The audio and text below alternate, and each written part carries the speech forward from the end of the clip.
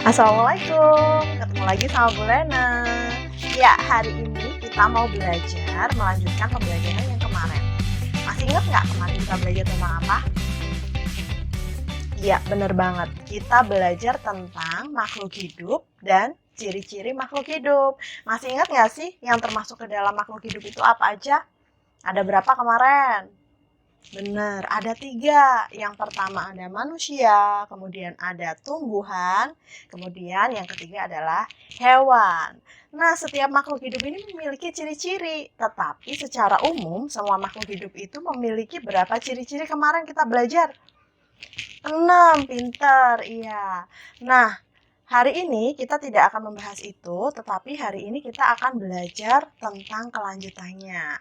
Nah, kemarin kan kita udah tahu tuh ciri-cirinya makhluk hidup ada 6. Salah satunya adalah bertumbuh, ya kan? Kemudian ada lagi dia bergerak, ya kan? Terus ada bernafas. Nah, 3 kata ini termasuk ke dalam apa sih kalau dalam bahasa Indonesia? Ya, 3 kata ini termasuk dalam susunan kosakata yang ada di bahasa Indonesia. Bu Lena, apa sih itu kosakata?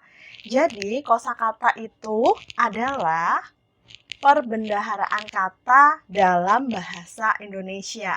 Nah, kosakata ini ada di dalam list, di dalam daftar KBBI yang masing-masing memiliki arti masing-masing. Misal nih, Bu Lena mau jelasin, salah satu ciri makhluk hidup adalah bergerak. Nah, menurut KBBI, apa sih arti bergerak itu? Arti bergerak adalah berpindah dari tempat atau kedudukannya. Jadi dia diam, kemudian dia bergerak. Dia berpindah tempat, itu yang disebut dengan bergerak. Kemudian ada lagi kosakata tumbuh. Apa sih arti kata tumbuh kalau menurut KBBI? Jadi tumbuh itu adalah timbul. Makhluk yang timbul, kemudian dia bertambah besar atau menjadi sempurna. Nah, seperti itu. Kemudian ada lagi kemarin kita belajar tentang ciri-ciri ikan, ya kan? Masih ingat nggak ikan? Dia bergerak menggunakan sayap? Bukan. Ikan itu bergerak menggunakan sirip. Kemudian dia bernafas menggunakan apa kemarin? Bernafasnya menggunakan insang, benar. Nah, di dalam KBBI juga ada artinya tuh. Apa sih arti dari insang? Jadi, menurut KBBI, insang adalah alat untuk bernafas pada ikan, pada udang, dan sebagainya yang terdapat di kanan dan kiri kepala. Ya. Nah, itu tadi contoh dari arti kata dalam Kamus Besar Bahasa Indonesia. Oke, kita udah tahu nih arti dari masing-masing ciri makhluk hidup, ya kan? Tadi artinya tumbuh apa, artinya bergerak apa, terus kemudian alat pernafasan ikan yang disebut insang itu apa. Nah, dari semuanya itu, kita sebagai manusia, ketika kita bisa bergerak, kita bisa tumbuh, kita bisa bernafas, apa sih yang harus kita lakukan kepada Tuhan? Apa? Bener banget, kita harus bisa bersyukur. Bersyukur karena kita bisa bergerak, bersyukur karena kita bisa bernafas, karena kita bisa tumbuh, itu harus disyukuri. Nah, wujud bersyukur ini merupakan salah satu penerapan sila yang ada di dalam Pancasila. Kalian tahu nggak Pancasila apa? Bener, Pancasila itu yang simbolnya burung Garuda, ya kan, besar sekali. Biasanya di kelas-kelas ada tuh. Nah, salah satu wujud kita bersyukur itu adalah salah satu dari perwujudan sila pertama Pancasila. Kalian tahu nggak sila pertama Pancasila bunyinya apa?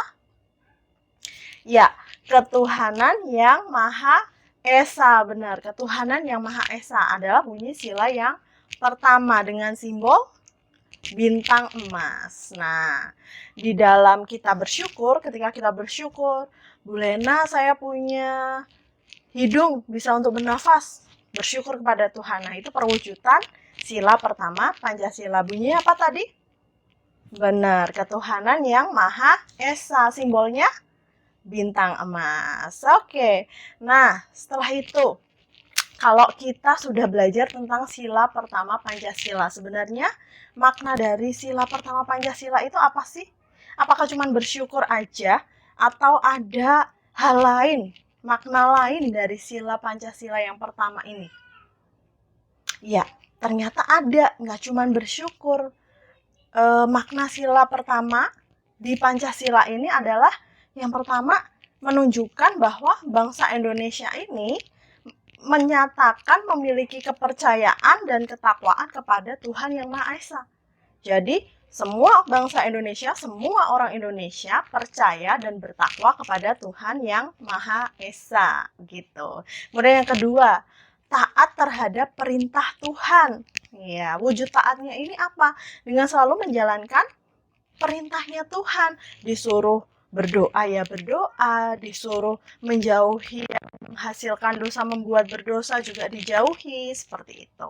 Kemudian nggak cuma sampai hubungan kita dengan Tuhan, tetapi juga hubungan kita dengan orang lain. Misal, ada teman kita beragama Kristen, kita beragama Muslim. Kita nggak boleh maksa-maksa dia, ayo kamu ikut agamaku aja, kamu ikut agamaku. Nggak boleh. Kita harus menghargai kepercayaan orang lain, seperti itu.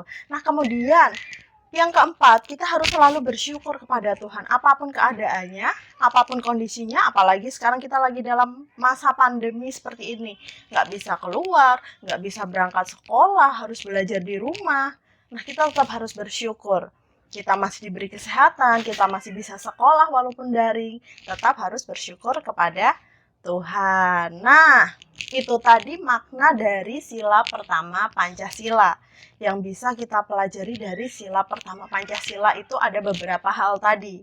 Nah, kemudian penerapannya apa sih Bu Lena? Kalau sila pertama Pancasila itu banyak sekali dan kalian pasti sering melakukannya. Iya nggak?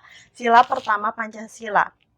Misal nih penerapannya ketika kalian di rumah mau makan, berdoa dulu sebelum makan. Nah, itu salah satu contoh penerapan sila pertama Pancasila, ketuhanan yang Maha Esa. Kemudian ketika kita ketemu sama teman yang berbeda agama, tetap bermain bareng, ya kan? Tetap kumpul-kumpul bareng. Nah, itu perwujudan dari penerapan sila pertama Pancasila ketika kalian di rumah. Kemudian ketika kalian mau tidur misalnya, ada yang langsung tidur? Enggak ya, pasti ada yang berdoa dulu. Dan memang itu harus sebelum tidur kita berdoa kepada Tuhan, itu merupakan penerapan sila pertama Pancasila. Nah, hari ini kita udah belajar banyak ya. Dari mulai mengulang makhluk hidup itu apa, kemudian ciri-cirinya apa, kemudian kita belajar tentang kosakata, ya kan? Nah, terus kita belajar tentang penerapan sila Pancasila, ya kan? Nah, sekarang silahkan kalian coba ya cari di rumah kegiatan apa saja sih yang sudah kalian lakukan, yang itu menunjukkan kalau kalian sedang menerapkan penerapan sila pertama Pancasila. Apa tadi? Ketuhanan yang Maha Esa. Jadi, tugas hari ini silahkan kalian menulis kegiatan apa saja sih yang kalian lakukan hari ini yang menunjukkan bahwa kalian sedang melakukan penerapan sila pertama Pancasila. Bu Lena tunggu ya pengumpulan tugasnya. Terima kasih. Sampai ketemu besok. Wassalamualaikum warahmatullahi wabarakatuh.